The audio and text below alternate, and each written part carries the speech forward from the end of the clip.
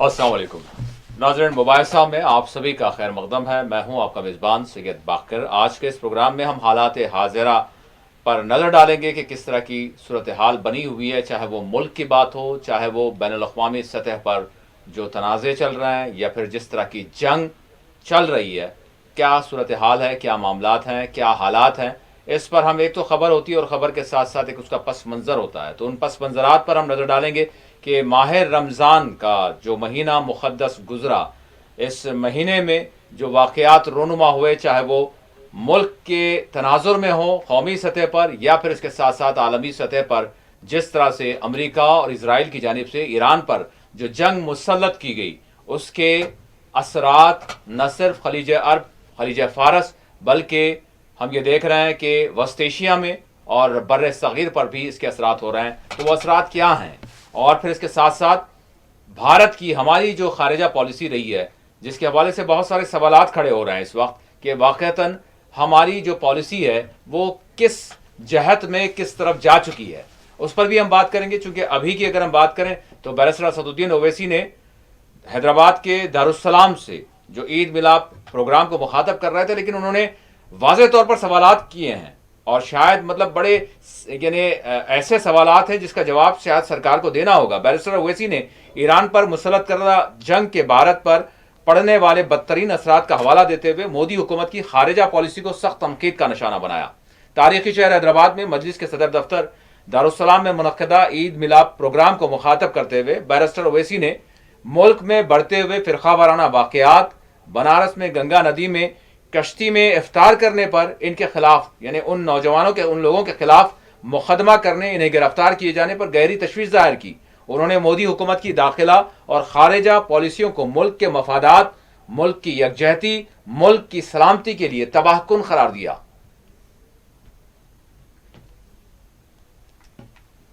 फिर ये बोलते कि उज्ज्वला, हमने उज्ज्वला गैस का स्कीम है, 10 करोड़ लोगों को हम देते, उसमें कई लोग रिफिल भी नहीं करा रहे, उसकी कीमतें बढ़ चुकी हैं। तो ये सब चीज़ें हैं। ऊपर से इजराइल जो है ईरान के साउथ परास गैस फील्ड पे 18 मार्च को बम डाला और ईरान पलटा के ख़तर के रास लफान पे मार दिया।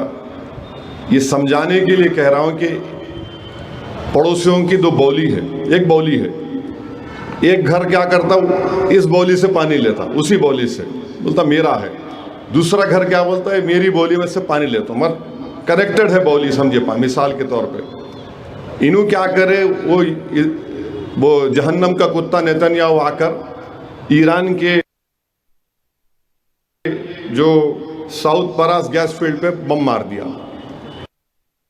इन्हों क्या करे ईरान, अच्छा मेरा नुकसान होता मैं तेरा कर दूं, खतर पे मार दिया। हमारा क्या हाल हो गया, ना खुदा ही मिला ना विसाले सनम हुआ, उन्हें जाके मार दिया नेतन्याहू। हमारे वजीर आजम जाके गले लपट रहे उसको। हम किधर ठहरेंगे हम? अब क्या हो रहा है कि अब ये जो ख़तर पे जो हमला हुआ, ख़तर के रास लफान पर, उसके हमले में 17% उनका LNG एक्सपोर्ट ख़त्म हो गया। 14 प्रोडक्शन यूनिट थे, 2 बर्बाद हो गए, और अब रिपेयर भी कराएंगे तो उसको नहीं मालूम, हो सकता 6 महीने से 1 साल लगेंगे। और हम लोग 90% अपना LPG, 47% LNG ख़तर से मंगाते हैं। कितना? 90% LPG और 47% LNG ख़तर से मंगाते। अब रास लफान पे हमला हुआ तो कम से कम 20% हम तो वैसे 60% इम्पोर्ट करते LNG गैस, अब इसमें 20% का नुकसान हो जाएगा। तो ये क्या होगा? LNG, गेल, गुजरात स्टेट पेट्रोलियम, पेट्रोनेट, इन सब का क्या होगा? तो ये रास लफान पे जो हमला हुआ, ये इसका नुकसान तो भारत को उठाना पड़ेगा। अब कोई पूछने वाला ही नहीं है, खाली मीटिंगें कर रहे हैं आप। एसेंशियल कमोडिटीज़ एक्ट हम कानून लागू कर दिए, हम वो कर दिए, हम ऐसा कर दिए, यानी दिखाने को आवाम को बड़े बड़े मसरूफ़ है, कुछ हो रहा नहीं। वहाँ पर रस लफान पे हमला हुआ, उसके बाद वज़ीर आज़म ईरान के सदर को फ़ोन करे, हमारे फॉरेन मिनिस्टर वहाँ के ईरान के फॉरेन मिनिस्टर से बात कर रहे हैं। अब अंदाज़ा लगाइए कि इनको सारी दुनिया देख रही है कि जिस दिन हमला होगा ईरान पे, ईरान पलटा के हमला करेगा। हम कभी भी किसी की एक तरफा हमारी फॉरेन पॉलिसी नहीं थी, हम हर एक को साथ लेकर चलते थे। 1 करोड़ भारत के लोग गल्फ कंट्रीज अरब ममालिक में काम करते हैं, 9-10 हज़ार ईरान में है, मगर दूसरे जो 90 लाख के ऊपर ये अरब ममालिक में है, फॉरेन एक्सचेंज भी जाते। अब जब वहाँ पर जब कभी ना कभी जंग तो ख़त्म होगी, वो ट्रम्प तो दुनिया का सबसे नाखलक नालायक पागल किस्म का आदमी है, उसके साथ वो जहन्नम का कुत्ता नेतन्याहू है, ये लोग सब बर्बाद करना चाह रहे। और आप याद रखिए इसका सबसे बड़ा नुकसान भारत को होने वाला है। वो अगर खुदा ना खास्ता जब जंग बंद होगी वहाँ के ममालिक बोलेंगे नहीं भाई हमारे पे बहुत खर्चा हो गया।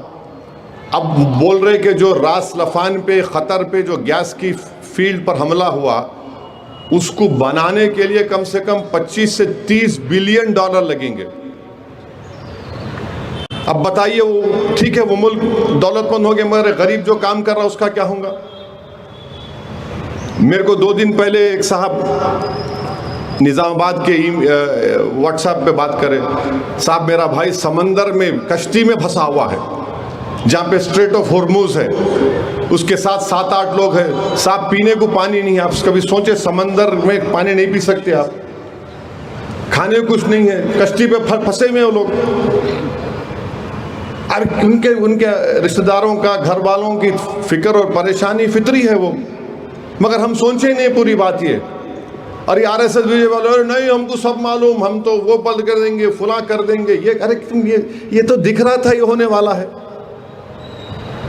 अब अल्लाह को मालूम क्या क्या होने वाला है वहाँ पर। और इज़राइल यही चाहता है, नेतन्याहू एक जालिम और एकदम खबीस किस्म का आदमी है। मुझे खौफ है, डर है कि अगर कहीं वो न्यूक्लियर बम ना इस्तेमाल कर ले, क्या होगा फिर उसके बाद? मस्जिद अक्सा, बैतुल मुक़द्दस, ये ज़ायनिस्ट लोग पसंद नहीं करते।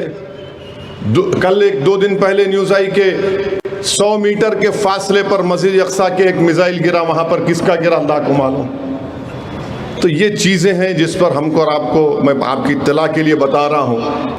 फिर ये बोलते कि उज्ज्वला गैस का स्कीम है, 10 करोड़ लोगों को हम देते, उसमें कई लोग रिफ़िल भी नहीं करा रहे, उसकी कीमतें बढ़ चुकी हैं। तो ये सब चीज़ें हैं। ऊपर से इज़राइल जो है ईरान के साउथ परास गैस फील्ड पे 18 मार्च को बम डाला और ईरान पलटा के ख़तर के रास लफान पे मार दिया। ये समझाने के लिए कह रहा हूँ कि पड़ोसियों की 2 बौली है, एक बौली है, एक घर क्या करता हूँ इस बौली से पानी लेता, उसी बौली से बोलता मेरा है, दूसरा घर क्या बोलता है मेरी बौली में से पानी लेता हूँ, मगर कनेक्टेड है बौली, समझिए मिसाल के तौर पे। इन्हों क्या करे, वो जहन्नम का कुत्ता नेतन्याहू आकर ईरान के जो साउथ परास गैस फील्ड पे बम मार दिया। इन्हों क्या करे ईरान, अच्छा मेरा नुकसान होता मैं तेरा। और इसी दौरान यानी तेलंगाना की अगर हम बात करें, देखें जिस तरह से अभी बैरिस्टर असदुद्दीन ओवैसी ने खारजा जो पॉलिसी है उस पर भी बात की, और फिर दाखिला जो पॉलिसी है या फिर जो सरगर्मियां हैं जो चल रही हैं वो क्या दर्शा रही हैं, इसका अंदाज़ा किया जा सकता है। उत्तर प्रदेश के कई इलाकों में फ़िरक़ा परस्तों की ईमा पर पुलिस व मुकामी इंतज़ामिया ने ईदगाहों में मुसलमानों को नमाज ईद अदा करने की इजाज़त नहीं दी। ये बात उत्तर प्रदेश की रही, लेकिन तेलंगाना के ज़िले जगतियाल के बीरपुर मंडल के तहत मौज़े नरसिम्ला पल्ली में ऐसा ही मंजर देखा गया, जहां एक मुसलमान की 10 एकड़ अराजी यानी ज़राई अराजी के एक हिस्से पर गुज़िश्ता कई बरसों से मुसलमान ईद की नमाज अदा करते आ रहे हैं। वहां जुमा की शब फ़िरक़ा परस्त अनासिर ने पहुंचकर हनुमान चालीसा पढ़ा, ईदगाह के मिंबर को तोड़ दिया गया। वहां कुमकुम, हल्दी और पूजा का सामान रखकर पूजा पाठ शुरू कर दी गई।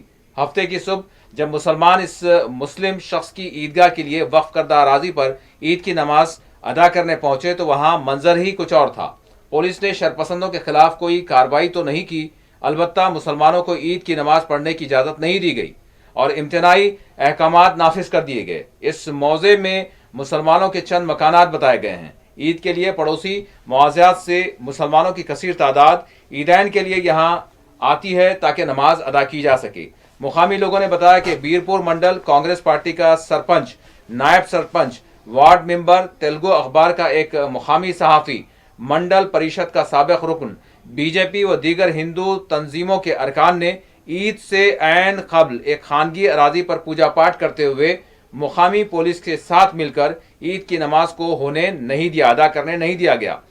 अराजी के मालिक शेख इमाम ने बताया कि सर्वे नंबर 24 इनकी 10 एकड़ अराजी है, जिसके एक हिस्से को उन्होंने ईदगाह के लिए वक्फ किया है, जहां गुज़िश्ता 6 बरस से ईद उल फित्र और ईद उल अज़हा की नमाजें अदा की जाती रही हैं। अराजी के दस्तावेजात दिखाने के बावजूद भी मुकामी पुलिस ने इसे सरकारी ज़मीन का बहाना बनाकर नमाज अदा करने की इजाज़त नहीं दी, उल्टा इम्तनाई अहकामात नाफिज कर दिए और नाफिज करते हुए मुसलमानों के घरों पर निगरानी शुरू कर दी गई। मौजे के हिंदू अफराद ने मुसलमानों को नमाज अदा करने की इजाज़त देने की तायद की है, लेकिन बीरपुर मंडल और दूसरी तरफ से आए हिंदू तंजीमों बशमोल इस मंडल के मुबैना तौर पर कांग्रेस कायदीन ने इसकी मुखालिफत करते हुए इस अराजी पर हिंदुओं का दावा पेश कर दिया और कहा कि इनके अकीदे के मुताबिक यहाँ ईदगाह नहीं है, मंदिर बनना चाहिए। रियासत में कांग्रेस हुकूमत के होते हुए उत्तर प्रदेश जैसे वाक़यात पर जगतियाल में गम व गुस्से का इजहार किया जा रहा है। वाज़ेह है कि इजरायली दरिंदा सिफत फौज ने मुसलमानों के क़िबला अव्वल बैतुल मुक़द्दस की मस्जिद अक़सा में मुसलमानों को नमाज ईद की इजाज़त नहीं दी, बल्कि नमाजियों पर गोली चला दी थी। मतलब इस तरह के सवालात खड़े किए जा रहे हैं कि ये किस तरह का माहौल है कि आप नमाज से रोक रहे हैं और फिर शरपसंदों को पूरी खुली छूट दी जा रही है।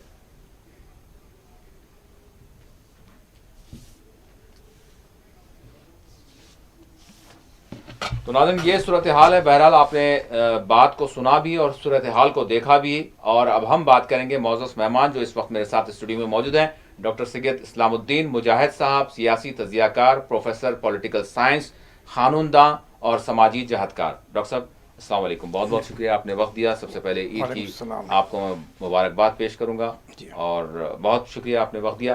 डॉक्टर साहब, बहरहाल हम बात कर रहे हैं कि माह रमज़ान किस तरह से गुजरा मुल्क में भी और फिर आलमी सतह पर मुस्लिम दुनिया में, और बिलखुसूस जिस तरह से इजराइल और अमेरिका की जानिब से जो ईरान पर हमला किया गया, रमज़ान ही में ये सारी चीज़ हुई। तो बहरहाल हम आगाज़ करेंगे अपने देश से, मुल्क से। एक किस्म का वैसे जंग तो वहाँ हो रही है, हमला तो वहाँ पर किया गया है, लेकिन बैरिस्टर असदुद्दीन ओवैसी ने शायद आज सारा नक्शा खींच दिया, जिसमें खारिजा पॉलिसी की बात उन्होंने कर दी और जो दाखिला पॉलिसी है उस हवाले से भी उन्होंने बात कर दी, जो कुछ वाक़यात पेश आए हैं। सबसे पहले मैं जंग के बजाय, जंग से पहले के जंग के असरात जो है उससे पहले मैं जानना चाहूँगा कि एक तो गंगा नदी में कश्ती का जो वाक़या पेश आया इफ्तार करने का, और दूसरा तेलंगाना में, यानी ये तो साउथ का इलाका है, जगतियाल में जो वाक़या पेश आया, ये क्या मतलब क्या मैसेज इससे मिल रहा है डॉक्टर साहब? मैं तो सबसे पहले तमाम बरदरान इस्लाम और ख़ास तौर पर 4 TV के नाजरीन को ईद उल फितर की मुबारकबाद देता हूँ और दुआ करता हूँ कि अल्लाह ताला सारी उम्मत मुस्लिमा को ईद की सच्ची खुशियाँ नसीब करे। आमीन। और ये अल्लाह ताला का हम पर एहसान है कि ईद जैसी मौके पर बहरहाल पूरे आलम इस्लाम के अंदर मुसलमान जहाँ अल्लाह ताला की किबरियाई का ऐलान करते हैं, वहीं अपने उख़्वत इस्लामी का शानदार मुज़ाहरा भी करते हैं। चुनांचे आपने देखा कि सारी दुनिया में मुसलमानों ने नमाज ईद के मौके पर अपने इत्तेहाद का भी सबूत दिया है। लेकिन जैसा कि आपने पेश किया अभी कि इस साल जो ईद मनाई जा रही है, आप जानते हैं कि आलमी सतह से लेकर मुल्क की सतह तक मुसलमान इंतहाई कर्बनाक दौर से गुजरे हैं जी। मैं अपने वतन से ही अपनी बात का आगाज़ करूँगा कि कभी ऐसा नहीं हुआ हिंदुस्तान के अंदर के रमज़ान के मुक़द्दस महीने के अंदर, जबकि मुसलमान इबादतों में और इयादतों में मसरूफ़ रहते हैं, ऐसे वक्त किसी भी गोशे से मुसलमानों को हिरासा परेशान करने के वाक़यात हुए हों। लेकिन इस साल आप देख रहे हैं कि रमज़ान के चांद के निकलने से लेकर आखिरी दहे तक भी मुल्क के मुख्तलिफ़ इलाक़ों के अंदर मुसलमानों को, मुसलमान रोज़ेदारों को اور مسلمان نمازیوں کو کس طریقے سے پریشان کیا گیا. آپ جانتے ہیں کہ عوامی مقامات پر کچھ نوجوانوں نے نماز پڑھی ہے تو ان کو بیجا مقدمات میں ماخوذ کر کے جیل بھیج دیا گیا ہے. پھر اسی طریقے سے جیسا کہ آپ نے ذکر کیا ہے، میں ایک اہم واقعے کی طرف آپ کو متوجہ کرنا چاہتا ہوں. دہلی میں اتم نگر کا جو واقعہ ہے کہ اتم نگر کے اندر ہولی کے موقع پر ایک ذاتی مقاسمت کی بنیاد پر ایک غیر مسلم کا قتل ہو گیا. اس کو فرقہ وارانہ رنگ دے دیا گیا باضابطہ، اور رنگ دینے کے بعد بھی آپ جانتے ہیں کہ جبکہ پوری وہاں پر پولیس کارروائی اپنی چل رہی تھی، لیکن اسی رمضان کے دوران آپ نے وہ ویڈیوز دیکھے ہوں گے کہ شرپسندوں نے ویڈیوز بنا کر پوری دنیا میں پھیلایا کہ اگر کوئی اتم نگر کی عیدگاہ میں نماز پڑھنے آئے گا تو یہاں پر ہم ہولی منائیں گے، خون کی ہولی منائیں گے. اور باضابطہ پورے جو ہے نا گروپ وہاں پر چلتے رہیں، اور ایسے اس قسم کے الفاظ استعمال کیے گئے ہیں کہ جس کے نتیجے پورے وہاں پر ایک عیدگاہ ہے جہاں زمانے سے لوگ نماز پڑھتے ہیں. چنانچہ APCR کی جانب سے ہائی کورٹ سے لوگ رجوع ہوئے اور ہائی کورٹ نے باضابطہ آدیش دیا، حکم دیا کہ بھئی وہاں پر کوئی ایسی صورتحال نہ پیدا ہو. تو اس کے بعد کلمہ نماز عید ادا ہوئی ہے. اگر آپ وہ کلپس کو دیکھیں گے تو میں سوچ رہا تھا کہ عید سے پہلے ہی کہیں ملک کے اندر فرقہ فسادات نہ شروع ہو جائے، کیونکہ اس قسم کی اشتعال انگیزی پھیلائی گئی ہے. پھر دوسری طرف آپ نے ذکر کیا ابھی کہ دیکھیے وارانسی میں چند منچلے نوجوان بہرحال افطار انہوں نے کیا وہاں پر، اور جو ہے نا جو کچھ بچا کچا ہوا تھا، یہ الزام لگایا جا رہا ہے کہ بھائی وہ گوشت تھا اور گوشت کی کچھ ہڈیاں تھیں اس کو پھینک دی گیا. تو یہاں سوال یہ پیدا ہوتا ہے کہ جو گنگا ہے کتنی مرتبہ اس کی کروڑوں روپئے دے کر صفائی کی جاتی ہے، وہاں کا پانی تو کبھی صاف و شفاف رہا نہیں ہے. حکومت نے باضابطہ پروجیکٹ بنایا، پہ کام کیا، اور خود ہندو مہنت یہ کہہ رہے ہیں کہ صاحب وہاں پر گنگا کے کنارے میں جو گھاٹ ہیں نہانے دھونے کے، وہاں پر بیت الخلائیں بنائی جاتی ہیں باضابطہ، اور اس کا پورا فضلہ گنگا میں آ جاتا ہے، اور پھر مختلف طریقوں کی پورا سیوریج میں جاتا ہے جب کمبھ میلہ ہوتا ہے. ابھی آپ جانتے ہیں کہ گزشتہ سال جو کمبھ میلہ ہوا وہ ایک بہت بڑا، یعنی کئی سالوں کے بعد وہ ایسا ہوتا مہا کمبھ میلہ جس کو آپ کہتے ہیں. تو اس دوران تو آپ دیکھیں کہ گنگا تو پوری طریقے سے میلی ہو گئی تھی، پانی تو وہاں پر صاف نظر ہی نہیں آ رہا تھا. لیکن یہاں آپ دیکھتے ہیں کہ نہ صرف ان بچوں کو جو ہے سو نوجوان جو وہاں پر افطار کیے، نہ صرف ان کو جو ہے سو یعنی مطلب مقدمہ کیا گیا، جیل بھیج دیا گیا، وہ عید اپنی جس جیل میں کرنے پر مجبور ہو گئے ہیں. اب آپ بتائیے کتنی خطرناک صورتحال ہے یہ. پھر اسی طریقے سے آپ دیکھتے ہیں کہ یہ واقعہ شمالی ہند میں ہو رہے تھے، اور ہم مطمئن تھے کہ صاحب جنوبی ہند میں فرقہ پرستی نہیں ہے. لیکن افسوس کی بات یہ ہے کہ تلنگانہ میں آپ دیکھ رہے ہیں کہ مسلسل واقعات ہو رہے ہیں. جیسا کہ آپ نے دیکھا کہ رمضان سے پہلے یا رمضان کے دوران ہی ویملا پاڑا ایک مقام ہے تو وہی جنگتیال کے قریب ہے، وہاں پر ایک درگاہ کو جو ہے سو راتوں رات اس کو ختم کر دیا گیا، اس کو کسی اور جگہ لا کے منتقل کر دیا گیا. ہائی کورٹ نے آرڈر دیا ہے باضابطہ کہ بھئی جہاں پر درگاہ تھی وہاں پر رہنا چاہیے، اسٹیٹس کو مینٹین کیا جائے. لیکن نہیں معلوم کہ کن وجوہات کی بنا پر ہمارا وقف بورڈ بھی خاموش رہا، اس کے ذمہ داروں نے بھی کوئی کارروائی نہیں کی. بلکہ مجھے اطلاع ملی کہ جب ہائی کورٹ کے اندر بحث گئی تو وقف بورڈ کا جو اسٹینڈنگ کونسل کے ممبر ہیں انہوں نے بھی کوئی زبان نہیں کھولی وہاں پر. تو ہائی کورٹ کے آرڈر کے باوجود بھی آپ جانتے ہیں کہ اب وہاں پہ نام و نشان نہیں رہا درگاہ کا. اسی طریقے سے مساجد کا معاملہ ہے. تو اب یہ جو واقعہ ہوا ہے جگتیال کے کسی منڈل کے اندر، کہ اب آپ بتائیے کہ یہ خانگی جائیداد ہے، ایک مسلمان شخص کی جائیداد ہے، اس نے وقف کیا ہے. اب اس کو جیسے یہ دعویٰ کرتے ہیں کہ جیسا کہ آپ نے کہا کہ پولیس نے کہا کہ بھئی سرکاری دستاویز ہے، تو پھر پولیس کو عدالت سے رجوع ہونا چاہیے تھا اور ان شرپسندوں کو ہٹانا چاہیے تھا اور بتانا چاہیے تھا کہ بھئی سرکاری جگہ ہے، جبکہ کوئی سرکاری جگہ وہاں پر نہیں ہے. اور آپ دیکھ رہے ہیں کہ بجائے اس کے کہ شرپسندوں پر کارروائی کی جاتی، مسلمانوں کو نماز عید ادا کرنے سے روک دیا گیا. اب آپ ایسی حکومت کو کیا کہیں گے؟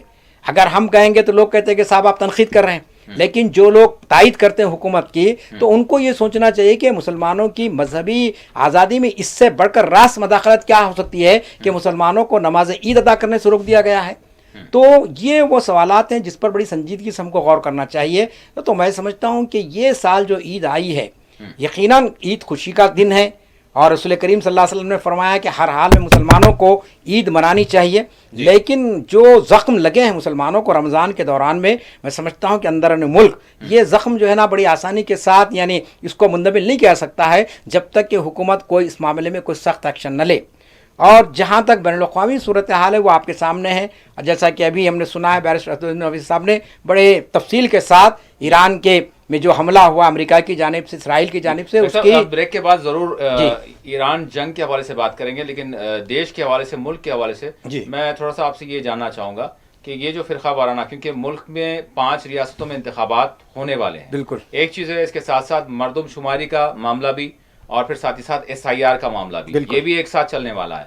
تو آپ کو کیا لگ رہا ہے اس کے ساتھ یہ خبر بھی سامنے آئی تھی جس طرح سے آپ نے اتم نگر کا دہلی کا ذکر کیا، اور پھر اس کے بعد پھر یہ بالکل یہ طور پر ایک منظر نظر آ رہا تھا کہ وہاں پر کوئی ایک فساد کروایا جائے گا عید کے موقع پر بالخصوص. بالکل. تو کیا آپ کو لگ رہا ہے، کیونکہ انتخابات جب بھی ہمارے پاس ہوتے ہیں تو پھر حالات بالکل خراب کیے جاتے ہیں، تو اس مرتبہ ہم کیا امید کر سکتے ہیں یا پھر کس طرح کے خدشات بنے ہوئے ہیں؟ کیونکہ کہا یہ جا رہا ہے کہ جو اس وقت جنگ کی وجہ سے جو حالات بنے ہوئے ہیں، جو سرکار کی جواب دہی ہے وہ سرکار جواب نہیں دے رہی ہے، تو کیا پھر وہی صورتحال نظر آئے گی جو ہم نے ماضی میں جو تلخ تجربے ہم کو رہے؟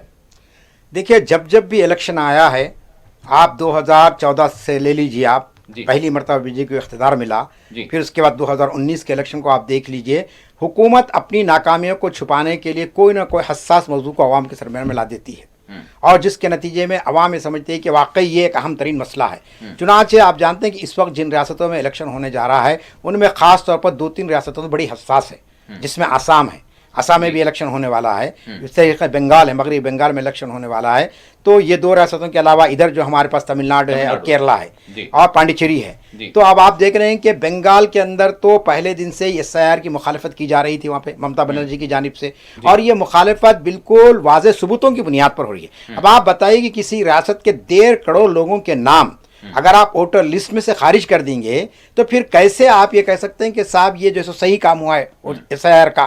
چھوٹی چھوٹی معمولی غلطیوں پر آپ جانتے ہیں کہ ویسٹ بنگال میں صورتحال پیدا کی گئی، اور پھر آسام میں آپ جائیں گے تو وہاں پر آپ دیکھیے کہ وہاں کا چیف منسٹر مسلسل یعنی انہوں نے بیانات شروع کر دیے ہیں کہ ہم ایسا ماحول پیدا کر دیں گے آسام میں کہ یہاں سے مسلمان نکلنے پر خود مجبور ہو جائیں گے۔ ان کا اسٹیٹمنٹ آیا باضابطہ، اور چنانچہ انہوں نے باضابطہ کہہ دیا کہ صاحب آپ مسلمانوں سے اگر کوئی چیز لیتے ہیں تو قیمت کم کر کے لو ان کو، اگر رکشا بھی آپ کو چکا رہے ہیں تو اس کی بھی قیمت آپ کر دو۔ تو یہ جو صورتحال پیدا کی گئی، وہاں گھسپٹیوں کا مسئلہ آ رہا ہے۔ ابھی بیرسٹر صاحب نے بڑی اچھی بات کی کہ آپ ہر الیکشن میں بنگلہ دیشیوں کا مسئلہ اٹھاتے ہیں، آپ بتائیے عدد و شمار کے حساب سے کہ بھئی آخر ہندوستان میں کتنے بنگلہ دیشی ہیں؟ صرف ایک پروپیگنڈا ہے یہ۔ آپ جانتے ہیں کہ آسام کے اندر جو فرسٹ این آر سی ہوا ہے اس کے اندر 4 لاکھ سے زائد لوگوں کے انہوں نے آئیڈینٹیفائی کیا تھا کہ بھائی یہ لوگ بیرونی باشندے ہیں، لیکن جب سیکنڈ ایسا جب انہوں نے این آر سی کرایا تو اس کی تعداد گھٹ گئی ہے۔ تو معنی یہ ہوا کہ آپ جو ہے نا ایک سازش کے تحت مسلمانوں کو گھیرنا چاہتے ہیں۔ تو آسام کے اندر گھسپٹیوں کا ایک نام نہاد وہاں پر نعرہ لگا دیا گیا۔ ادھر آپ ویسٹ بنگال کے اندر آپ دیکھیں گے ایس آئی آر کا مسئلہ آ جائے گا۔ کیرلا میں یہ کوشش کریں کہ بی جے پی کی کسی طریقے سے، وہاں ایک سیکولر حکومت ہے، ہمیشہ وہاں سیکولر پارٹیوں کو اقتدار ملتا رہا، آپ جانتے ہیں کبھی بی جے پی وہاں پر نہیں آ سکی ہے، تو وہاں یہ کوشش کی جا رہی ہے کسی طریقے سے وہاں بھی فرقہ وارانہ یعنی اتنا ابال پیدا کر دیا جائے کہ پہلی مرتبہ آپ جانتے ہیں کہ تھرواننتاپورم میں بی جے پی کو کامیابی ملی ہے، میئر وہاں پر جو ہے بی جے پی کے بنایا، تب اس کے بعد سے ان کو یہ خوشی ہو رہی ہے کہ صاحب ہم کو یہاں پر اقتدار مل جائے گا۔ ساؤتھ میں بھی ہم کچھ کر سکتے ہیں، ساؤتھ میں بھی، اور تمل ناڈو میں بھی آپ جانتے ہیں، تمل ناڈو میں آپ جانتے ہیں کہ 60 سال سے کانگریس بھی اقتدار پہ نہیں آ سکی وہاں پر، اور بی جے پی کا تو کوئی سوال نہیں تھا۔ لیکن جو تمل ناڈو کے جو حساس علاقے ہیں ان علاقوں کے اندر یعنی یہ کوشش کی جا رہی ہے کہ کسی طریقے سے فرقہ وارانہ کارڈ کھیلا جائے اور وہاں پر بھی اقتدار کو حاصل کر لیا جائے۔ تو یہ کوئی جو ہے نا پازیٹیو ایجنڈا بی جے پی کے پاس نہیں ہے، اور اس بات کا پورا یعنی لوگوں کو امکانات پیدا ہو رہے ہیں کہ صاحب یہ الیکشن بالکل فرقہ وارانہ بنیاد پر ہوگا۔ چنانچہ میں نے جو اتم نگر کی مثال آپ کے سامنے دی ہے، دہلی چونکہ مرکز ہے ہمارا، اور اگر ہائی کورٹ اس میں مداخلت نہیں کرتی تو یقیناً وہاں صورتحال بگڑ جاتی، کیونکہ پولیس پر اب بھروسہ نہیں رہا لوگوں کا۔ آپ دیکھ لیجئے اتم نگر میں ویسا ہوا، اب آپ جگتیال میں آپ دیکھ رہے ہیں کہ پولیس موجود ہے اور پورے نعرے لگ رہے ہیں وہاں پر، اور پولیس جو ہے نا ایک معمولی ان پر لاٹھی چارج کر کے ان کو بھگانے کے لیے تیار نہیں ہوئی ہے کہ بھئی عید کا دن ہے، جمعہ کی رات یہ ہنگامہ ہوتا ہے، ہفتے کو مسلمان عید منائے، تو یہ سوچنا چاہیے تھا کہ بھئی پوری تیاری مسلمانوں کی ہو گئی ہے، ایک نماز تو یہاں پر ہو جانے دیجیے، اس کے بعد کاغذات کی آپ تحقیق کرتے، اس کے بعد معاملہ عدالت کے سپرد کر دیا جاتا، اور 6 برس سے مسلمان وہاں پر نماز پڑھ رہے ہیں۔ تو یہ جو صورتحال پیدا ہو رہی ہے، ہم سمجھتے ہیں کہ یہ بغیر ایڈمنسٹریشن کی تائید کے، یہ اور پھر کچھ سیاسی جو ہے رہنما ان کی سرپرستی کی وجہ سے یہ ساری شرنگیزیاں ہو رہی ہے۔ جب تک کہ ان کو قابو میں نہیں لیں گے آپ، جو ہے نا ملک میں جو ہے نا فرقہ وارانہ ہم مانگی قائم نہیں ہو سکتی ہے۔ بالکل، یہ صورتحال ہے، یہ داخلی جو معاملات ہیں یہ اس طرح کے ہیں۔ تو بہرحال ہم ایک بریک لیں گے، بریک کے بعد پالیسی کے بارے میں ہم بات کریں گے، اور ساتھ ہی ساتھ جو ایران پر مسلط کی گئی ہے جنگ، اس کے اثرات اور اس کی تباہی کس طرح سے ہوگی، کہاں تک ہو رہی ہے۔ ابھی تو ہم 3رے ہفتے میں داخل ہوئے ہیں، تو بہرحال جیسے جیسے وقت بڑھ رہا ہے جنگ میں شدت آ رہی ہے، لیکن ہماری جو پالیسی غیر جانبدارانہ ہوا کرتی تھی اس کا کیا ہوا اور اس کے اثرات کیا ہو رہے ہیں، اس پر بات کریں گے. ایک چھوٹا سا بریک لیں گے، بریک کے بعد دوبارہ حاضر ہوں گے. ناظرین، بریک کے بعد مباحثہ میں آپ سبھی کا دوبارہ خیر مقدم ہے. ہم بات کریں گے ایران جنگ کے حوالے سے. ایک تو ایران کا معاملہ اور پھر اسرائیل اور امریکہ کا معاملہ اور مسلم دنیا کے جو معاملات ہیں. اس سے پہلے ہم بات کریں گے کہ چونکہ دیش کی بات کر رہے ہیں، اسی سے منسلک، اسی سے جڑی ہوئی بات ہے. ڈاکٹر صاحب، جنگ بہرحال کیا وجوہات ہیں، جنگ کس طرح سے ہوئی، اسرائیل امریکہ کا کیا رول ہے، بیت المقدس کا معاملہ اور ایران پر مسلط کردہ جنگ، اس حوالے سے اس کانٹیکس میں ہم بات کریں گے. لیکن اس سے پہلے جو ہمارے پردھان منتری کا اسرائیل کا دورہ ہوا اور اس دورے کے بعد ہم نے دیکھا کہ ایک حملہ ہو جاتا ہے ایران پر. اب میں آپ سے جاننا چاہوں گا کہ یہ جنگ تو ہو گئی، حملہ کرنے والے نے تو حملہ کر دیا، جوابی حملہ بھی ہو گیا.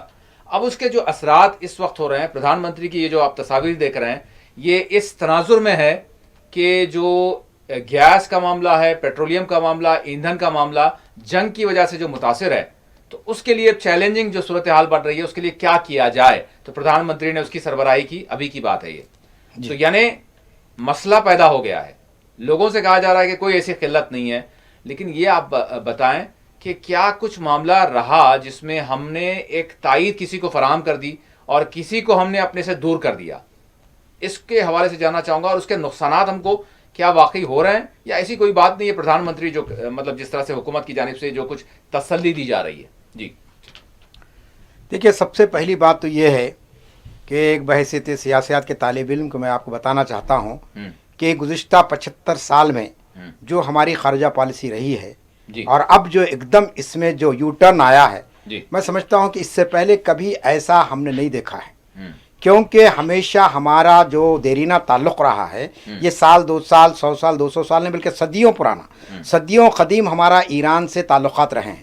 تاریخی حیثیت سے، ثقافتی حیثیت سے، تجارتی حیثیت سے، کسی بھی حیثیت سے آپ دیکھ لیں گے. اور دوسری بات یہ ہے کہ ہر نازک وقت پر ایران ہماری تائید میں کھڑا رہا ہے. آپ کشمیر کے مسئلے کو لے لیجئے کہ پاکستان نے جب کبھی بھی جو ہے نا ہندوستان کی مخالفت میں آواز اٹھائی تو ایران نے ہمیشہ ہندوستان کا ساتھ دیا ہے. اقوام متحدہ کے اجلاسوں میں آپ دیکھ لیجئے نکال کر، تو ایران ہمارا انتہائی دیرینہ اور بااعتماد بھروسہ مند ہمارا دوست ملک رہا ہے.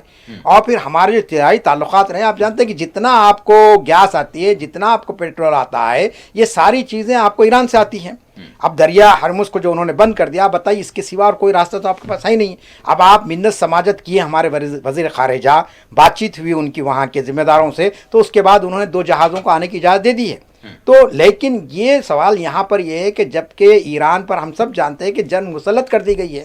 28 فروری کے اولین ساعتوں میں جو حملہ ہوا ہے، آپ جانتے ہیں کہ ایران اس کے لیے تیار نہیں تھا. مذاکرات جاری تھے، بات چیت جاری تھی، اور کہا یہ جاتا ہے کہ بھئی ایران اس حد تک بھی تیار ہو چکا تھا کہ وہ اپنے جوہری پروگرام کو ترک کرنے پہ بھی رضامند ہو سکتا تھا. بالکل کم سے کم کرنے کے لیے تیار تھا. اور اس نے اعلان کیا تھا کہ باضابطہ، اور آج سے نہیں زمانے سے ان کا اعلان ہے کہ صاحب ہم کوئی ایٹم بم وغیرہ نہیں بنائیں گے جس سے انسانیت کو تباہی ہو. اب آپ بتائیے کہ آپ ایک طرف تو مذاکرات کا ڈرامہ رچائے اور دوسری طرف آپ اچانک حملہ کر دی اس پر، اور اچانک حملہ کر کے ایک ایسی شخصیت کو جو انقلاب ایران کے جو بانی تھے آیت اللہ خمینی، اور ان کی راست تربیت میں رہے اور ان کے یعنی پوری زندگی کے اندر انہوں نے انقلاب کے ساتھ کام کیا. خامنی صاحب، آپ جانتے ہیں کہ ان کی جو 35 سالہ زندگی کو آپ دیکھیے، وہ کبھی کوئی دہشت گردانہ بیان نہیں دیے، کبھی انہوں نے اس چیز کی تائید نہیں کی. لیکن اچانک ان پر حملہ کیا جاتا ہے، ان کو شہید کر دیا جاتا ہے، ان کے افراد خاندان کو شہید کر دیا جاتا ہے. اس کے ساتھ ساتھ آپ دیکھتے ہیں کہ اسی دن تہران میں جو ہے نا ایک لڑکیوں کے اسکول پر بمباری ہوتی ہے اور 160 سے زائد معصوم بچیوں کی جانیں آپ لے لیتے ہیں. اس کے باوجود ہندوستان کے وزیر اعظم 1-2 لفظ مذمت کے لیے کہتے ہیں. آپ بتائیے کتنی افسوس کی بات ہے. آج تک ہندوستان کی پوری تاریخ میں آپ دیکھیں گے کبھی ایسا نہیں ہوا کہ کسی وزیر اعظم نے اس قسم کی جارحانہ کارروائی پر اپنا جو ہے نا فکر مندی کا اور اپنا جو ہے نا ان سے اظہار گانکت کا بیان نہ دیا ہو. یہ پہلا موقع ہے کہ ہمارے وزیر اعظم عزت مآب نریندر مودی صاحب، انہوں نے کم از کم خامنی صاحب کی شہادت پر تو ان کو چاہیے تھا کہ بھئی یہ جو کچھ حرکت ہوئی ہے یقیناً یہ جو ہے نا قابل مذمت ہے. کیونکہ آپ جانتے کوئی بین الاقوامی قانون اس بات کی اجازت نہیں دیتا کہ کسی آزاد ملک پر جا کر اس طریقے سے حملہ آور ہو جائیں آپ، اور ایک سربراہ کو معصوم بچوں کو آپ نے شہید کر دیا.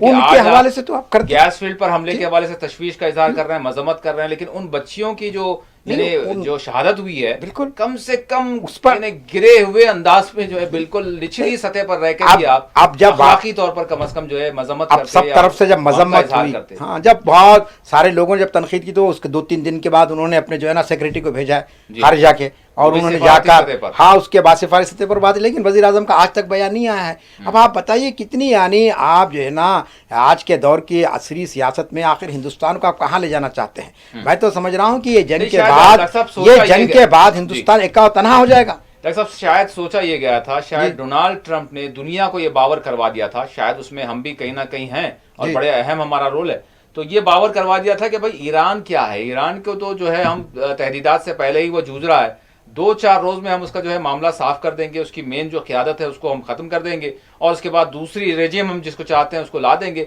और वो रेजिम जो है आपके साथ बड़ा अच्छे उनके जो है ताल्लुकात होंगे, बल्कि चाबहार हमारे कंट्रोल में आ जाएगा, बल्कि ईरान की तकरीबन सारी जो है इंतजामात शायद इनडायरेक्टली, क्योंकि कोई ना कोई नई रेजिम बैठेगी, तो शायद ये बावर कहीं ना कहीं करवाया गया, हमको पता नहीं, हम सवाल कर रहे हैं कि क्या ऐसा हमको जो है एश्योरेंस दिया गया जिसकी वजह से हमने बिल्कुल अपने पुराने दोस्त को जो है छोड़ दिया।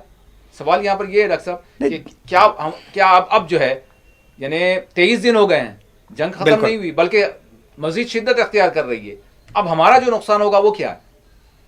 नहीं देखिए, गैस का मसला पैदा हो रहा है, सवाल यहाँ पर ये कि तेल का मसला पैदा हो रहा है, हिंदुस्तान इतना अजीम मुल्क है, यहाँ बड़े बड़े दानिश्वर मौजूद है, आप ये सोच ही कैसा सकते थे कि भाई जो कुछ अमेरिका दावे कर रहा है वो यकीनन अमली शक्ल इख्तियार कर लेंगे। मैं आपको याद दिलाऊं कि जिस वक्त गाजा पर हमला हुआ 8 अप्रैल आपके 8 अक्टूबर 2023 में, तो आप जानते उस वक्त भी क्या कहा गया था, हम 2-3 दिन के अंदर फलस्तीनियों को निस्त नाबूद कर देंगे, लेकिन आपने देखा गाजा के अंदर हमास एक जो मज़ाहमती तहरीक है वो जो है ना आज भी अपनी जद्दोजहद को जारी रखी है, जबकि उनके पास कोई यानी ताकत नहीं है, कोई वो ममलिकत नहीं है, एक ग्रोह मुकाबला करा, लेकिन अमेरिका और इसराइल उसको जो है ज़ेर नहीं कर सके। ये अलग बात है कि आपने अपनी जो है ना हैवानियत का बदतरीन हैवानियत का मुजाहरा कर दे, बम बरसा दी, वहाँ पे अलग बात है, लेकिन फ़लस्तीनियों के जज्बे शहादत को आप ख़त्म नहीं कर सके आज भी। तो हाँ, तो ईरान में आप कैसा सोच सकते हैं? आप जानते हैं कि आप देखिए ईरान के अगर आप इनकलाब को देखें, पढ़े हैं 1979 में हज़ारों लाखों बल्कि ईरानी शहीद हुए वहाँ पर शाह पहलवी के इख्तियार को हटाने के, रज़ा शाह पहलवी के बादशाही निज़ाम को ख़त्म करने के लिए, और उसके बाद ईरान ने जो तरक्की की है वो गैर मामूली तरक्की है, और 1979 से अमेरिका ये चाह रहा है कि इसको ख़त्म कर दिया जाए, क्योंकि अमेरिका ये चाहता था कि ईरान एक ताकत बनकर उभरा है। चुनाचे आपने देखा कि डोनाल्ड ट्रंप बार बार ये कहते हैं कि हम जो है ना रिजीम चेंज करने के लिए किए हैं। सवाल यहाँ पे कि आपको कैसे मिल गया इख्तियार कि आप किसी भी मुल्क के रिजीम को चेंज कर सके, वहाँ की हुकूमत को आप बदल सके? आप थोड़ा पीछे जाइए, इराक में भी यही कहकर हमला किया गया कि भाई इराकी अवाम से हमको कोई जैसे दुश्मनी नहीं है, हमको सद्दाम हुसैन से दुश्मनी है और हम सद्दाम हुसैन की हुकूमत को खत्म करना चाहते हैं, जमहूरियत को लाना चाहते हैं। ये मास डिस्ट्रक्शन वहाँ आपने किया, अफगानिस्तान में किया हुआ यही सूरत है, यही गेम आपने खेला। ईरान में भी बाज़ाब्ता 2-3 दिन के बाद ट्रंप का बयान खुद आता है कि हम जो करना था कर चुके, अब आप रिजीम चेंज कर लो अपने तौर पर, लेकिन इसके बावजूद अवाम ने देखा आपने कि वो अपनी जो भी वहाँ की हुकूमत मौजूदा हुकूमत है बराबर उसके साथ अपना इजहार गानगत कर रहे हैं। इतने लोग वहाँ के अहम तरीन शख्सियत दुनिया से जाने के बावजूद भी आज भी वहाँ पर क़ियादत में कोई खला नहीं पैदा हुआ है। तो ये आप सोचने की बात है कि जो कौम मरने के लिए तैयार हो गई है आप उसको कैसे शिकस्त दे सकते हैं? देखिए खामेनी का इतना बड़ा किरदार दुनिया के सामने आया कि वो चाहते तो किसी बैंकर में जाके छुप जा सकते थे। जब उनके मुशीरों ने उनसे कहा कि आप जो है ना सरबराह ममलिकत थे, आप किसी महफूज जगह चले जाइए, तो उनका जवाब क्या था? उन्होंने कहा कि मुझे किसी जगह मुंतकिल करने से पहले तेहरान की पूरी आवाम को महफूज जगह मुंतकिल करो, मैं जाऊँगा, वरना मैं अवाम के दरमियान में रहूँगा। और अवाम के दरमियान में रह कर उन्होंने जो है ना अपनी जान जो है ना यानी एक हक़ के लिए कुर्बान कर दी। तो अब आप बताइए कि जिनके पीछे एक पूरी 13 सदियों की तारीख़ है करबला की, और वो जानते हैं कि मौत के बाद एक नई ज़िंदगी का आगाज़ होता है, उस कौम को आप कैसे शिकस्त दे सकते हैं? और आज जो गवाम को अब आप देख रहे हैं कि अब अमेरिका बार बार कोशिश कर रहा है कि साहब कोई ना कोई रास्ता निकाल कर वहाँ पर जो है जंग बंदी हो जाए और जो है ना हमको सुकून मिल जाए। खुद अमेरिका में मुजाहरे हो रहे हैं, खुद अमेरिकन कांग्रेस के अंदर मुखालिफत चल रही है। तो अब ईरान का क्या मौक़िफ़ है? ईरान ने ये कहा कि साहब आपने जंग शुरू की है, जंग ख़त्म करना अब हमारे इख्तियार में। बाज़ाब्ता ऐलान आ गया उनका, वो ये कह रहे हैं कि और उन्होंने कंडीशन लगा दी। उन्होंने कहा अगर आप जंग बंद करना चाहते तो पहले सबसे पहली बात है कि जो कुछ खर्चा हमारा हुआ है वो हर्जाना आप अदा करो हमको। दूसरा हमारा जौहरी प्रोग्राम है उस पर पर कोई सवाल ना उठे, हम अपने प्रोग्राम को जारी रखेंगे। जी। फिर तीसरी बात उन्होंने कहा कि जो माशी तहदीदा आयद कर दी गई हैं उसको ख़त्म किया जाए। अब आप बताइए वो शराइत आप मान लीजिए, आप वो शराइत भी नहीं मानेंगे और आप ये कहेंगे कि आप वहाँ के आवाम को आप उकसा रहे हैं, वरगला रहे हैं कि साहब रिजीम चेंज करो, रिजीम चेंज करो। आप जानते हैं कि ये जो ड्रामा 2-3 साल से चल रहा था ईरान में, कभी हिजाब को लेकर चंद खवातीन को यानी जो तरक्की पसंद कहलाती है उनको जो लाकर पेश किया गया मीडिया के सामने। अगर हिजाब का कोई मसला रहता तो आज जो लाखों खवातीन वहाँ पर आपको नज़र आ रही है 1979 से आज तक हिजाब में, तो कभी के वो हिजाब को उतार सकती थी, लेकिन वो अपनी मर्जी से, अपनी पसंद से, शरीयत के मुताबिक वो अपना हिजाब का इस्तेमाल करती हैं।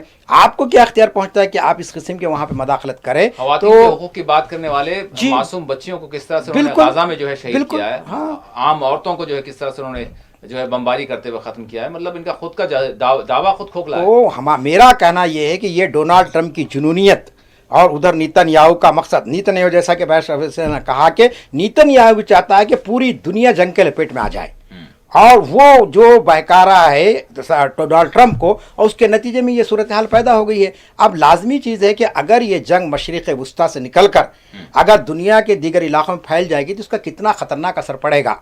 और जैसा कि माशी तौर पर हम कह रहे हैं कि सियासी चलिए झगड़ा आपको है, आप जानते हैं कि मैं बहुत वजाहत से कहना चाह रहा हूँ कि पहली मरतबा तारीख में ऐसा हो रहा है कि एक तरफ सहूनियत है, एक तरफ साम्राज्यत है, और तीसरी तरफ आपकी फिस्तायत है।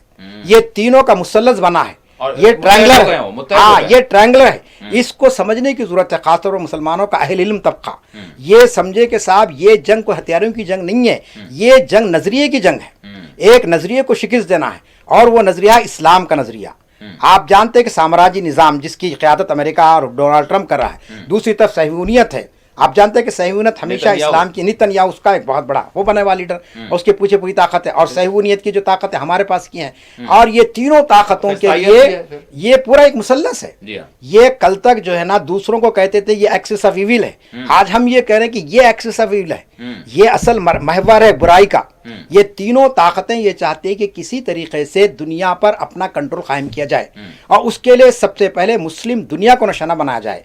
अब ये बात अरबों के अकल में भी नहीं आ रही है। अफसोस की बात तो ये है कि ये अपनी बादशाहों की बचाने की फिक्र में हैं, लेकिन आप देखेंगे कि अगर इनका यही मुजरिमाना किरदार रहा तो ना सऊदी अरब की बादशाहत कायम रहेगी, ना आपके जो है ना कतर के अंदर जो दौलत के जो तेल के चश्मे वो बाकी रहेंगे, ना आपकी किसी और मुस्लिम मुल्क के अंदर। ये समझ रहे कि ये ईरान की जंग है, ये जो है शिया इसके मुकाबले में आ रहे। बड़ी अफसोस की बात है कि आलिम दीन का बयान आता है, मैं नाम नहीं लूँगा, कि कहा कि साहब अगर इसमें नुकसान होगा तो हमारे लिए कोई यानी इसमें गम की बात नहीं है, क्योंकि दोनों हमारे दुश्मन हैं। अब आप बताइए कितनी यानी अकल हमारी माऊफ हो गई है कि हम जुल्म के खिलाफ भी कहना नहीं चाहते। मैं कहता हूं कि थोड़ी देर के लिए आप अकीदे को बाजू रख दीजिए, लेकिन इस्लाम क्या कहता है? इस्लाम तो ये कहता है कि आप जुल्म के खिलाफ में उठो, जालिमों के खिलाफ में आप एहतजाज बुलंद करो। लेकिन अब आप देखें कि मुसलमानों का अलमिया ये है कि उन्होंने इसको फ़िरक़े की बुनियाद पर ला दिया है जी। कि आप देख रहे हैं कि बात कह रहे हैं कि साहब ये शियों का मामला है, ये सुन्नियों का मामला नहीं है, सुन्नियों को इसमें नहीं जाना चाहिए, और पुराने तारीख़ी चीज़ों को हम उसकी सदाकत पे यकीन नहीं करते, और वो किताबें क्यों लिखी गई ये हम भी नहीं जानते, उनकी नीयत क्या थी। लेकिन उन किताबों को उसके कोटेशन देकर ये बताने की कोशिश की जा रही कि देखिए साहब ये अहले तशी तबका इस तरीके से अहले सुन्नत के ताल्लुक़ से इस किस्म की ज़बान इस्तेमाल किया है। तो मैं समझता हूँ कि ये वक्त बहुत ही नाजुक है मुसलमानों के लिए, ख़ास तौर पर उनको ये सोचना चाहिए कि ये जंग जो ईरान पर मुसल्लत की गई है, ये जंग ईरान पर नहीं है, ये पूरे आलम इस्लाम पर है। और अगर पूरा आलम इस्लाम मुत्तहिद होकर इसका मुकाबला नहीं करेगा तो अमेरिका और इसराइल हर मुल्क को बड़ी आसानी के साथ निगल जाएंगे। अभी तो ईरानी जीवट कौम है, निडर कौम है, 23 दिन तक उन्होंने बर्दाश्त किया, और आइंदा भी ये लोग बर्दाश्त करेंगे, बल्कि आप देखेंगे इसके हमले होंगे। और यकीनन यानी देखें आप, गाजा हमारी नज़रों के सामने है, बिल्कुल उनके अगर मुआवजा करेंगे, अगर हम कंपेयर करेंगे ताकत का, तो एक बिल्कुल मज़ाहमत करने वाले यानी हुकूमत भी नहीं है, बिल्कुल नहीं, उन्होंने हिम्मत नहीं हारी और सरेंडर नहीं हुए।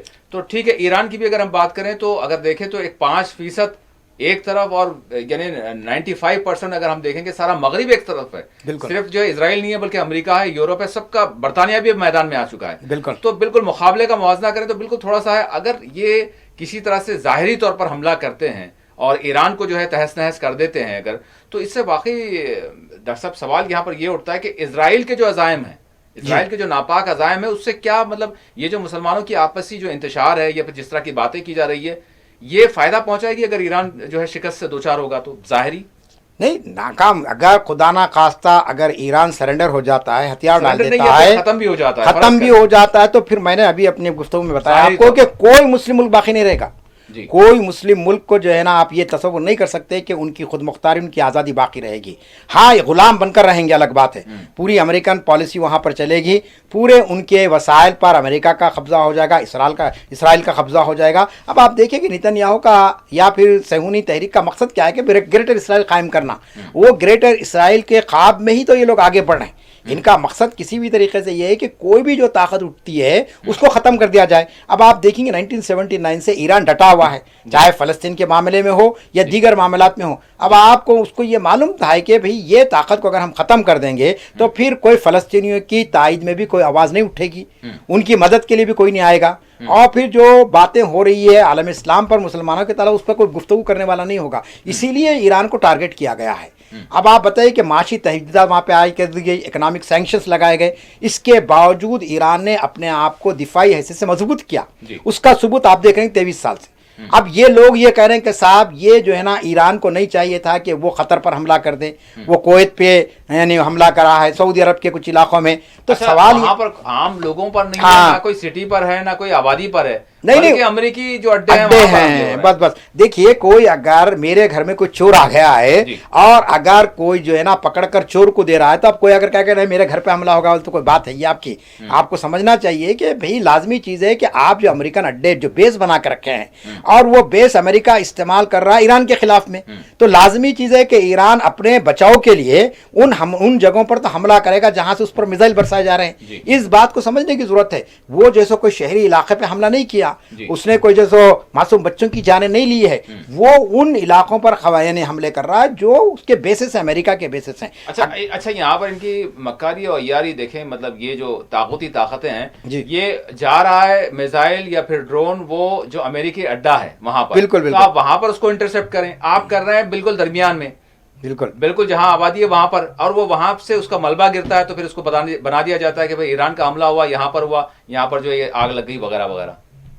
नहीं, यहाँ वो सोचने वाली बात। यही तो मैं कह रहा हूँ कि साहब इस वक्त सारे आलम इस्लाम को और ख़ास तौर पर जो ममालिक अमेरिका की ताइद में हैं, उनको ये सोचना चाहिए कि भाई ये जंग आखिर अमेरिका ने क्यों मुसल्लत की है बगैर किसी वजह के। जबकि जैसा कि मैंने कहा कि मज़ाकरा जारी थे, और उस दौरान में ये अमेरिका के जितने पिट्ठू ममालिक हैं उनका भी काम था कि वो जो है सो मुतमईन कर देते ईरान अमेरिका को कि भाई आप हमला मत कीजिए। बल्कि ये कहा जा रहा है कि साहब डोनाल्ड ट्रंप ने जो हमला किया वो नेतन्याहू के बहकावे में आकर किया, उसके उकसाने में किया। और दूसरी जो आप देख रहे कड़ी जो मिल रही है कि हमारे वज़ीर आज़म तशरीफ़ ले गए तल अवीव को, वहाँ गुफ्तगू हुई, बातचीत हुई, और उसके फौरी बाद वो वापस आते हैं, उसके बाद हमला हो जाता है। तो ये भी कहा जा रहा है कि साहब हिंदुस्तान के वज़ीर आज़म को एतमाद में लेकर ये हमला किया गया। तो अब ये आखिरी सवाल ये आता है कि भाई हिंदुस्तान को इस जंग से क्या हासिल हो रहा है, और हिंदुस्तान को लाजमी चीज़ और मसाइल आएंगे। जैसा कि बैरिस्टर साहब ने कहा है भी अपनी तकरीर के अंदर कि भाई आपके जितने लोग इस वक्त लाखों की तादाद में जो खलीजी ममालिक में हैं, ईरान में हैं, और मैं आपको बड़ी वजह से कह रहा था सिर्फ मुसलमान नहीं है। चलिए मुसलमान अगर रहते तो आपका गुस्सा अपनी जगह पर हो सकता था, चलो और मुसलमान बेरोजगार हो जाएंगे, माशी तौर पर परेशान, बल्कि मुसलमानों से ज्यादा गैर मुस्लिम इन ममालिक में आबाद हैं और अच्छे ओहदों पर है ये लोग। यूएई को देखेंगे तो कितनी बड़ी जो है हमारे वहाँ पर मफादात वहाँ से जुड़े हुए हैं। अगर वहाँ पर कुछ होता है तो हमारे लिए नुकसान नहीं होगा। कई जगह अभी हमारे लिए, हमारे जो है इन्वेस्टर्स हैं वहाँ पर ताजिरीन है, सब कुछ है। अगर ये सारी सूरत हाल, इसके खतरात होते हैं तो फिर सारा का सारा जो है मुल्क मुतासिर होगा। नहीं, ये देखिए बड़े बड़े ताजरीन के अलावा मैं उन लोगों की बात कर रहा हूँ जो गरीब लोग हैं बेचारे, जो लेबर तबका है, जिनको हिंदुस्तान की हुकूमत कोई रोजगार नहीं दे सकी, ऐसे लोग जाकर आप देख रहे हैं कि खलीजी ममालिक का कमा रहे हैं, अपने खानदानों को संभाल रहे हैं। आज वो अगर वापस आ जाएंगे तो क्या सूरत हाल पैदा हो जाएगी, और मुल्क के अंदर खत्लो खून गारतगिरी शुरू हो जाएगी, क्योंकि माशी मसा इतने पैदा हो जाएंगे कि आपके पास पीएचडी करने वालों को आप नौकरी नहीं दे सक रहे हैं। प्यून की अगर एक नौकरी आसामी निकलती है, एक जायदाद निकलती है, तो बाद रियासतों के अंदर पीएचडी स्कॉलर दरखास्त दे रहे हैं प्यून बनने के लिए। इससे शर्मनाक बात आपके लिए क्या हो सकती है इस मुल्क के अंदर। अब आप देखिए कि हमारे बच्चे जो मामूली छोटे छोटे कंपनियों में काम कर रहे हैं, वो उसके अंदर इंजीनियर्स हैं, उसके अंदर आला तालीम याफ्ता बच्चे हैं। अब आप बताइए, इनको आप रोजगार नहीं दे सके, अब ये जो लाखों की तादाद में वापसी शुरू हो जाएगी इन ममालिक से, तो आप इनके लिए क्या रोजगार देंगे। तो लाजमी चीज़ है कि मुल्क के अंदर एक अफरा तफरी का माहौल पैदा हो जाएगा। और ये सब कुछ जो हो रहा है, मैं समझता हूँ कि सिर्फ मुस्लिम दुश्मनी की बुनियाद पर हमारी हुकूमत भी बहरहाल ईरान को का साथ छोड़कर इसराइल की गोद में जाकर बैठ गई है। جبکہ ہمارے مفادات اس سے جڑے ہوئے ہیں. بالکل. ڈاکٹر صاحب آخری سوال میں کروں گا وہ یہ ہے کہ چونکہ جو باطل طاغوتی قوتیں ہیں وہ شکست سے دوچار ہیں اور ہر جگہ پر ان کی ناکامی ہو رہی ہے اور ان کے جو ریڈارز ہیں وہ بھی تباہ ہو گئے ہیں اور یہاں تک کہ ایران نے 4000 کلومیٹر دور تک بھی جو ہے ان کے جو اڈے ہیں اس کو نشانہ بنایا ایک یعنی انڈین اوشین میں. تو مکمل طور پر یہ یعنی رسوا ہو رہے ہیں ساری دنیا میں جن سے یہ بزنس کرتے ہیں ہتھیار بیچتے ہیں وہ ساری چیزیں ٹھپ ہو گئی ہیں ان کی. بالکل. اب ماضی ان کا یہ رہا ہے ان طاقتوں کا کہ انہوں نے کچھ ایسی سازشیں رچی جس کی وجہ سے ہم نے دیکھا کہ خود مسلم ممالک آپس میں جو ہے ایک دوسرے کے مد مقابل آ گئے. تو اس طرح کا واقعہ یا پھر کوئی ایسے خدشات جو دیکھے جا رہے ہیں جس کے حوالے سے بولا جا رہا ہے, خود بیرسٹر اویسی نے بھی کہا ہے کہ بھائی کوئی ایسا واقعہ یہ کر سکتے ہیں چاہے وہ بیت المقدس کے حوالے سے یا پھر دیگر عرب ممالک میں کسی مقدس مقام کے حوالے سے یا پھر سول آبادیوں کے حوالے سے. تو اس کے لیے ساری مسلم دنیا کو ذہنی طور پر کتنا تیار رہنا ہوگا کہ اگر ایسا کوئی معاملہ ہوتا ہے تو یہ آپس میں جو ہے ایران اور عرب ممالک کو ٹکرانے کی سازش ہو سکتی ہے. اس کو سمجھیں, کیا یہ ہم سمجھنے کے لیے تیار ہیں جو ہمارا کریمی لیئر ہے جو ہمارے علماء ہیں بالکل, یا پھر یہ کہیں گے کہ دیکھیں یہ ہو گیا جس طرح سے اسماعیل ہنیہ کو شہید کیا گیا تھا تو کس طرح کی باتیں چل رہی تھی اس وقت ایران میں. تو اس کے لیے کیسا جو ہے کہ آپ کہنا چاہیں گے لوگوں کو؟ دیکھیے سب سے پہلی بات تو یہ ہے کہ اب امریکہ اور اسرائیل چونکہ جنگ ہار رہے ہیں جی ہاں, اور لازمی چیز ہے کہ وہ اس شکست کو قبول نہیں کریں گے. ہاں, اور یہ بالکل خدشہ اپنی جگہ پر پوری طرح ہے کہ یہ وہ اس جنگ کو مسلم ممالک کے درمیان میں الجھا دیں گے ہاں, اور سعودی عرب کو اور دیگر ممالک کو اکسایا جائے گا کہ اب آپ کھل کر ہماری تائید میں آئیے. جی ہاں, اور ادھر ایران کو مجبور کر دیا جائے گا کہ وہ اور اپنے حملوں میں تیزی کر دے, ہاں تیزی لا دے. اور وہاں پر جو حملے ہوں گے تو لازمی چیز ہے کہ آپس میں ٹکرائیں گے, اور یہ ٹکرانے سے لازمی چیز ہے کہ مسلمانوں کو ہی نقصان ہوگا, مسلم مملکتوں کا نقصان ہوگا, اسرائیل کا تو کوئی نقصان نہیں ہوگا. تو پہلی چیز تو ہم کو جو کوشش ہونی چاہیے کہ جو کوشش ہو رہی بھی تھی سعودی عرب اور ایران کے درمیان بات چیت بھی ہوئی اس حالت جنگ کے دوران میں, تو لیکن اس بات چیت کا کیا نتیجہ نکلا وہ ہمارے سامنے نہیں آیا ہے. لیکن اس مذاکرات کو اس لیول پہ لے جانا چاہیے. یہ بات سمجھنا چاہیے کہ ان حکمرانوں کے بھئی یہ جو جنگ ہے بہرحال یہ مسلط کی گئی ہے, اس کو جلد سے جلد ختم کیا جائے, امن کی راہیں تلاش کی جائے. اب جو کچھ ہو چکا اگر اس کو طوالت دیں گے اور یہ کہیں گے صاحب ایران قصوروار ہے, اور اگر ایران کو عقیدے کا مسئلہ بنا کر بھائی یہ شیعہ فرقہ ہے اور ہم سنی ہیں اس طریقے سے اگر باتیں کریں گے تو لازمی چیز ہے کہ پوری امت کا نقصان ہوگا, اس کے اندر پوری امت کا نقصان ہوگا. تو میرا کہنا ہے کہ پہلی بات تو عوامی سطح پر بھی یہ بات کو عام کرنے کی ضرورت ہے کہ صاحب یہ جو جنگ ہے یہ کوئی فرقواری جنگ نہیں ہے, بلکہ یہ امریکہ اور اسرائیل اپنے ناپاک عزائم کو پورا کرنے کے لیے کر رہے ہیں. ہم مثالیں دے چکے آپ کے سامنے, عراق کی مثال دیا ہوں میں, آپ کو افغانستان کی دیا ہوں, اس سے پہلے آپ جائیے بوسنیا میں. بوسنیا میں آپ جانتے ہیں کہ لاکھوں مسلمانوں کا قتل عام ہوا, اور کیا کہا ان ظالموں نے کہ بھئی ہم یہاں پر آئے ہیں امن کو قائم کرنے کے لیے, ہم ظالم حکومت کو قائم کرنے کے لیے. آپ جانتے ہیں کہ ایک پوری جو ہے نا تقسیم کر دی گئی, تقسیم در تقسیم ہوگی اس کی, اور کس طریقے سے آج بھی بوسنیا کے مسلمان حیران اور پریشان ہیں. تو یہ ان کا ایک مشغلہ ہے کہ ہر 10-20 سال کے بعد ایک خطے پر جو ہے اس قسم سے جنگ کے حالات کو پیدا کر دے کہ قتل و خون کا بازار گرم کیا جائے. تو ہم کو ابھی سے سوچنا, ابھی بھی دیر ہوگی سوچنے میں. اب کم از کم ہم کو عزم کرنا چاہیے کہ صاحب یہ جنگ کو روکا جائے کسی طریقے سے, اور امن کے مذاکرات کیے جائیں, اور پھر یہ بات کی کوشش کی جائے کہ صاحب اس کو سمجھا جائے, اس دشمن کو سمجھا جائے, اس کے پیچھے نہیں ہے اس کو دشمن سمجھنا. ہاں, اس کو دشمن سمجھنا غلط ہے. میں نے آپ کے سامنے بہت وضاحت سے کہا کہ صاحب یہ جو جنگ ہے یہ تین جو ہے نا آپ کے جو مل گئے ہیں, ایک طرف سامراجیت یا استعماریت کہیے اس کو, دوسری طرف آپ کے صہیونیت, اور تیسری طرف فسطائیت. یہ تینوں طاقتیں دراصل اسلام کو کے گھیرے میں لینا چاہتی ہیں. اور اگر آپ اس کی تاریخ اگر آپ پڑھیں گے تو سیموئل ہنٹنگن کا فلسفہ آپ پڑھ لیجئے, کلیش آف سویلائزیشن 1992 میں اس نے فلسفہ بیان کیا تھا کہ دنیا کی ساری تہذیبیں ختم ہو چکی ہے, صرف ایک تہذیب ہے اسلام کی, اسلام اور کرسچینٹی کے درمیان میں.